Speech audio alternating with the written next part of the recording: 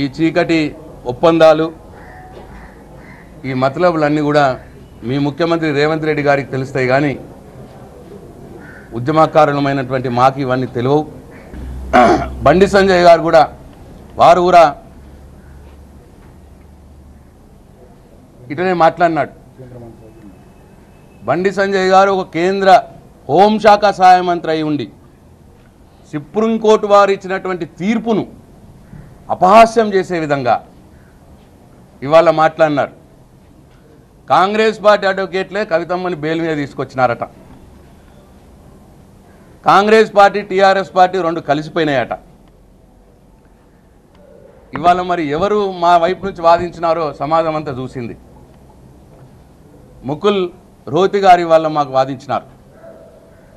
మరి ఆయన అది కూడా పట్టించుకోకుండా అసలు బెయిల్ వచ్చిన 5 నిమిషాల్లోనే అంత అక్కసుతో బండి సంజయ్ గారికి సుప్రీంకోర్టు తీర్పు మీద వ్యాఖ్యానం చేయాల్సిన అవసరం ఏమొచ్చింది, సుప్రీంకోర్టు తీర్పును అపహాస్యం చేసే విధంగా వ్యాఖ్యానం చేయాల్సిన అవసరం ఏమొచ్చిందో వారే సమాధానం చెప్పాలి.